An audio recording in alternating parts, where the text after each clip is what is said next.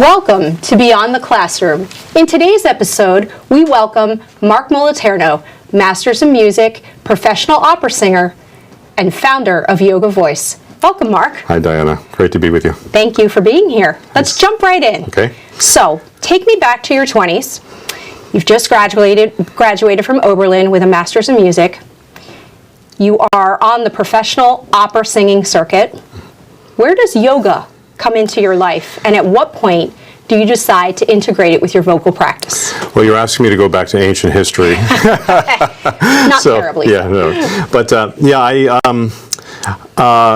in my middle 20s, I was engaged to sing a performance in Banff, Canada. Wow. At the Banff Festival, the role of fall staff. And I met someone there who was interested in yoga and who invited us to sort of do a yoga practice with him that day. It was my first exposure to yoga. I didn't know anything about yoga. I tried it and I thought, this is pretty cool. I'll have to check this out when I get home. And I was at that time living in Los Angeles. Wow. And so after that gig was over, I went back to Los Angeles and I scoured the West Los Angeles Yellow Pages, which at that time had 4 or 5 yoga studios, maybe, not many. Right. And I found the Samata International Yoga Garden, and that was my introduction to yoga. Was through a guy named Larry Payne, and Larry Payne is a great teacher.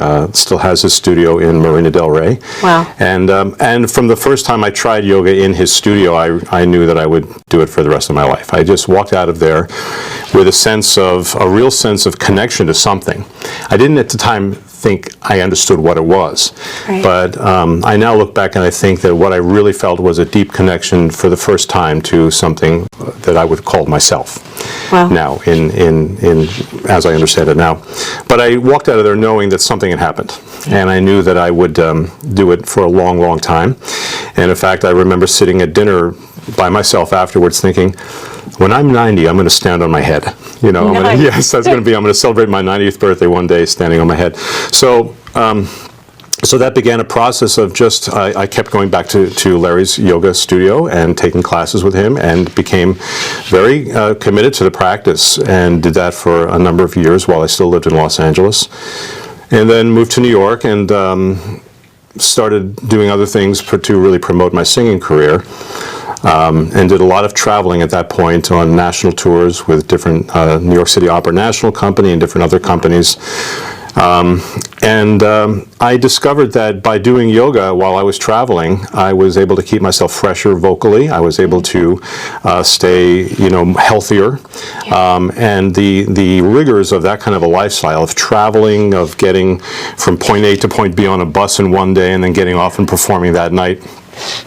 We would roll out of it into a new city, and I would take out my yoga mat and go to the hotel and ask them for a place to practice. And along the way, people started asking me to teach them and if they could practice with me. And I wasn't a yoga teacher at the time, but I always sort of knew that I wanted to do that, and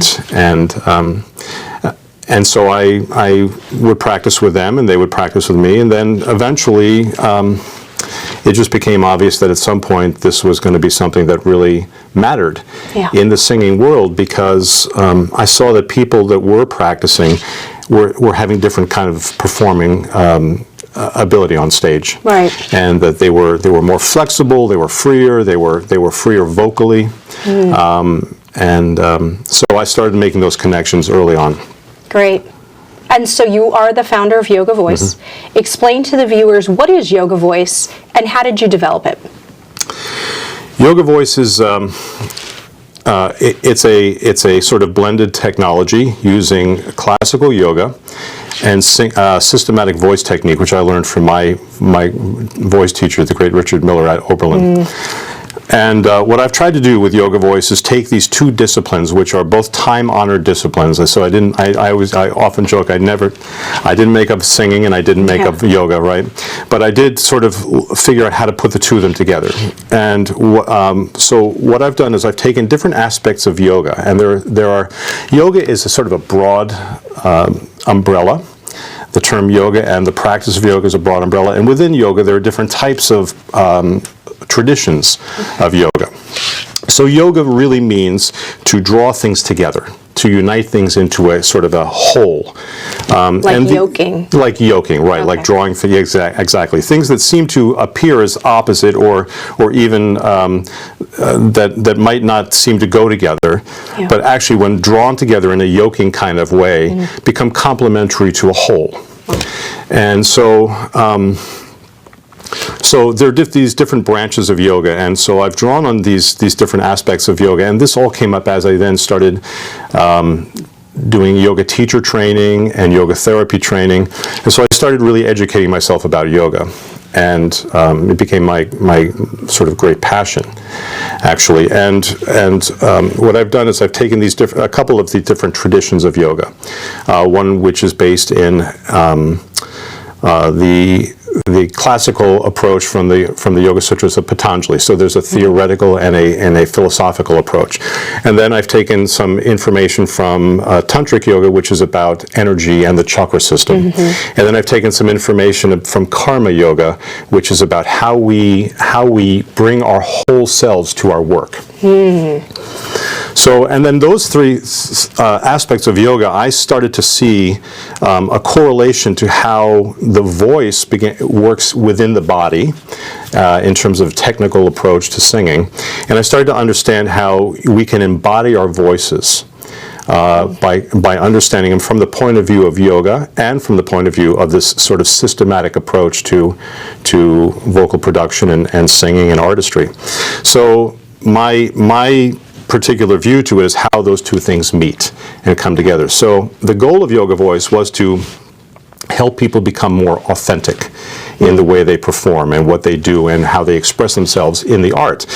And ultimately, I thought that my big range picture was that if enough people in the singing world could begin to take the practices of yoga and the theories of yoga and begin to embody yoga in their artistry, that in fact would have a bearing on the industry as a whole. And that when the singing industry would have some sort of influence from yoga, then in fact the culture would benefit, because art always sort of has a relationship to the culture. Of course. So it became a big vision as to how working with singers to get authenticity in performing and in vocal health and wellness actually would then influence the health and wellness of the entire culture from that aspect. Right. And so talk to me a little bit more about authenticity and its relationship to how we show up in the world with our voices. So authenticity is kind of a buzzword these days. Huge buzzword. Right. And when I first formed YogaVoice, I called it, the sort of subline was Your Authentic Voice. And that was about 15 years ago. Since then, authenticity has become a big term and a big consideration for a lot of people. But what does it mean to be authentic? And lots of people have different ideas about what that means. For me, authenticity means that we are out of the way of the truth about who we are as singers and who we are as people. And so getting rid of the facade that often surrounds people in the singing industry, getting rid of the facade that we carry when we walk on stage and have to present something of ourselves, and all the defense mechanisms and all the sort of the patterns of behavior and physicality and energy that we carry with us from everyday life shows up in singing. So working through those things. So I've mentioned the chakra system and the chakra model.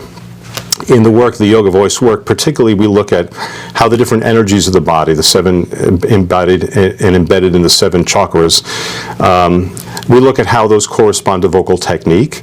And then we begin to understand that when there's a block or some interference in the energetic flow within the body, then there's going to be a block or interference in the voice. And so I believe that your voice is an energetic instrument that begins to manifest through the mechanism. And a lot of vocal pedagogy, a lot of vocal training has to do with, trying to isolate the mechanism and make the mechanism work better.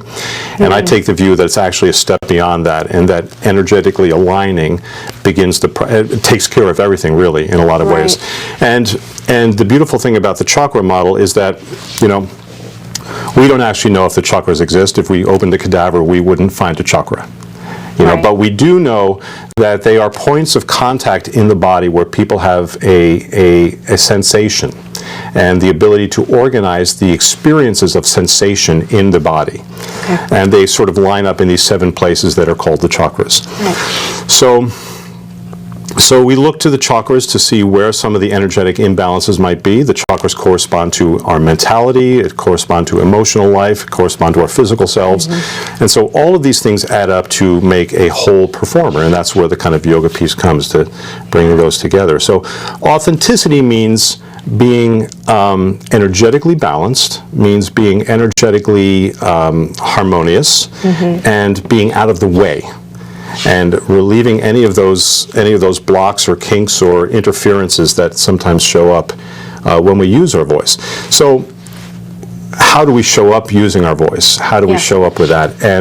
And what's important about this is that we all show up with our voice every day. Right.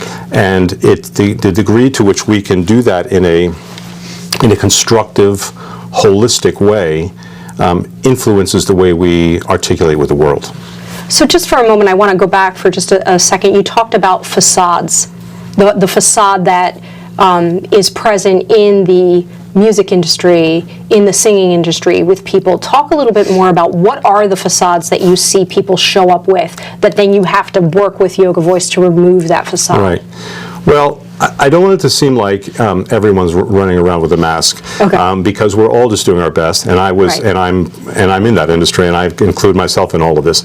But I would say that the great drama of human life is understanding the relationship of ego to authentic self. Yes. You know, and this is actually what yoga tries to do. The Yoga Sutra of Patanjali says that yoga is about calming the mind-body waves.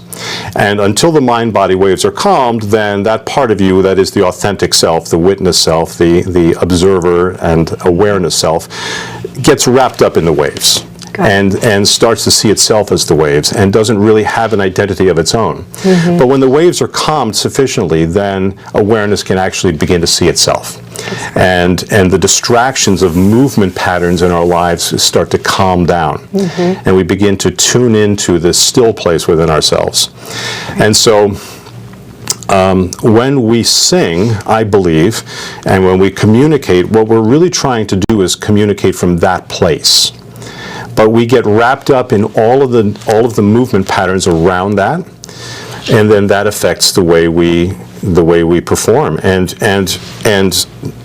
one of the terms that is used for those movement patterns or those structures that we create around the authentic self is ego. Right. So ego is not a dirty word. Ego is necessary. We all have ego. It's the way we articulate with the world. But to be able to become the observer of ourselves, and the observer of the what the Yoga Sutra calls the chitta vritti, the movements of consciousness. To be able to step back and observe those movements and realize you are not those movements. Right. That begins the process of authenticity in terms of how you express yourself too with your voice. And that makes complete sense to me. When we talk about our voice, what is it about how we use our voice that is so vulnerable? I love to go back to, and I think often of this quote from Longfellow that he says that the human voice is the organ of the soul. Yeah.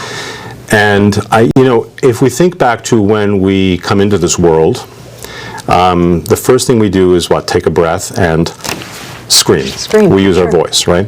And we use our voice to communicate with the world, to communicate with all of our surroundings. It's a cry for to be heard. It's a cry to be seen. It's a cry to be held and touched. So all of our sense organ, all of our sense-based relationship to the world begins with how we use our voice. Yeah.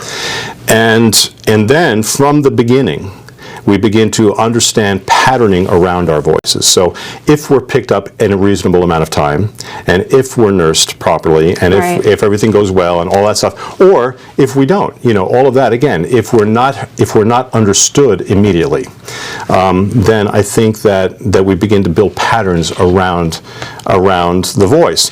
And Thomas Merton has a great quote. He says, it's not our anxiety to be heard. No, it's not our anxiety to speak that breaks our silence, but our anxiety to be heard. Right. And so everybody wants to be understood. Everybody wants to be heard.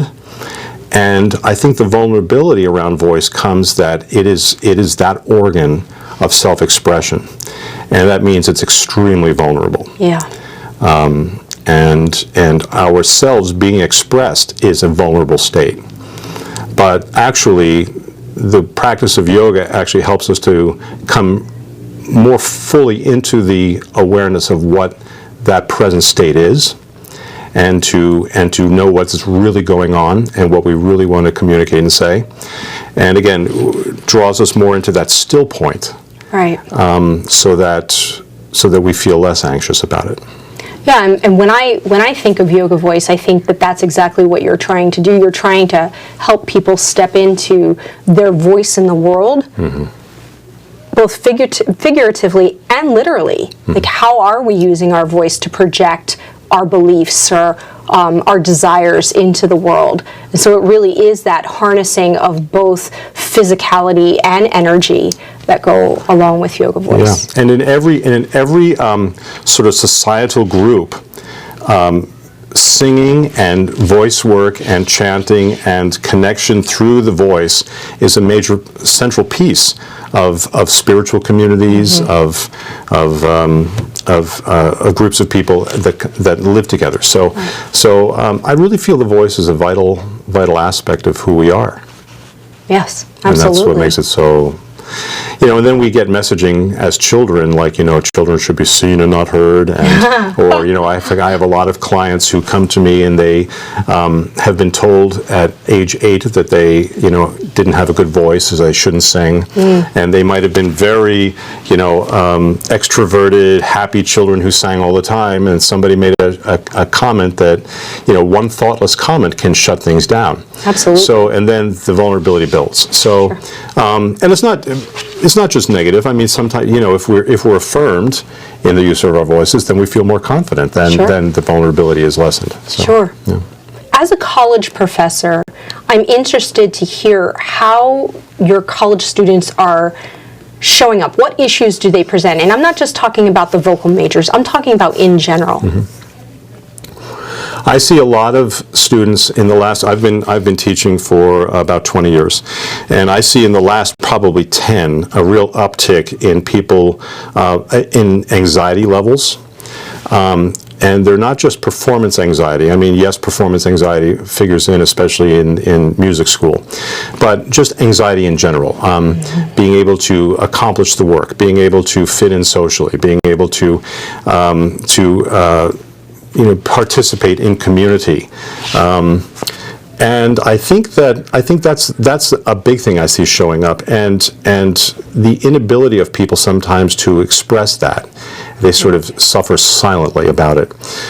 I also notice, we were talking about chakras and about energy. I also notice that a lot of times, I would say almost in an epidemic way, in the last 10 years, I see much more disconnect from the lower energies of the body, much more top-heavy kind of energetic centering.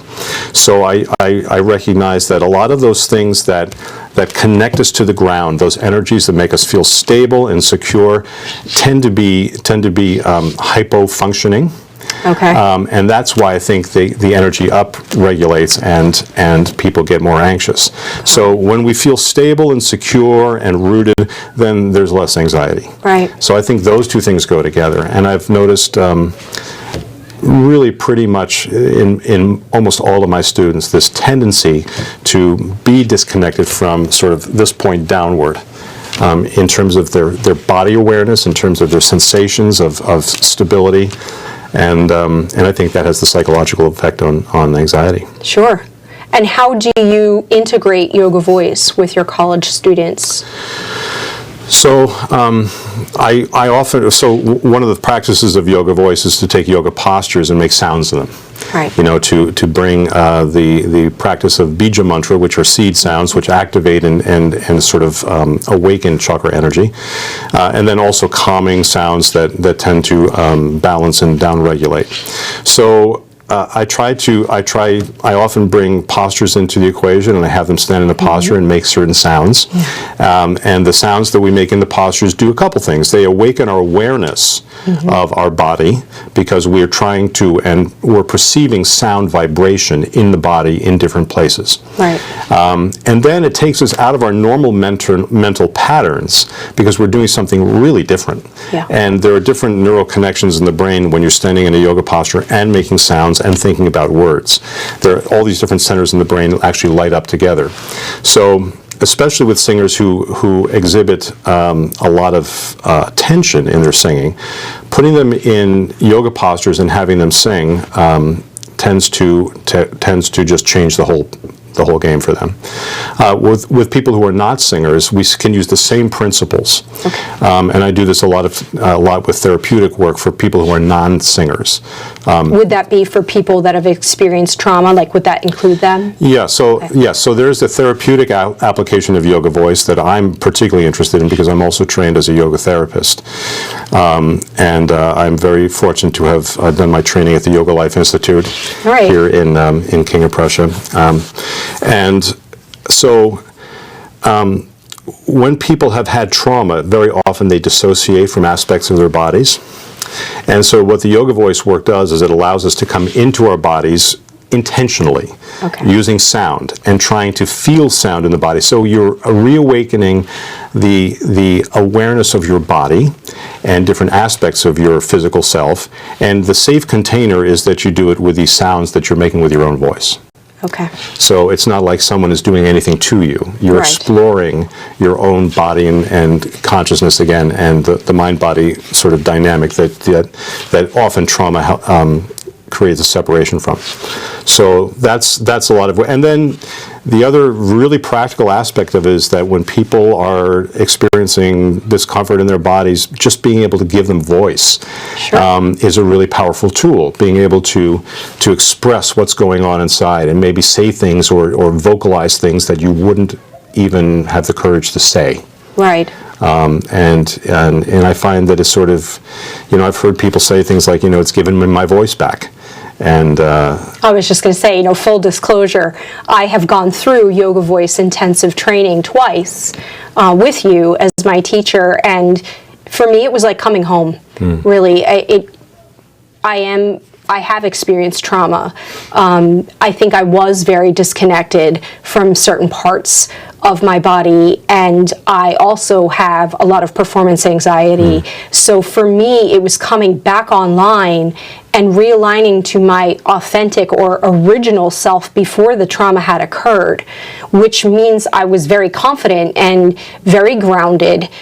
But after the trauma had occurred, it would be years before I could kind of get back in that space, ground down, and project my voice forward. And so for me, it's been incredibly helpful. Not just that, but as an educator, I was able to walk right out of the YogaVoice intensive experience and start applying it to my own students that come in with all kinds of anxiety, and giving them options and changing mindset around performance and around what anxiety looks like, feels like, where does it show up in the body, and giving them alternatives, like another valve in which to kind of release out. And the results for me in my classroom have been amazing, which leads me to my next question. What results have you seen? What are the big takeaways that you've seen? Well, you mentioned having choices, and I think that's really an important part. Yoga, as a practice, gives us choices. it gives us choices. We can choose how to move.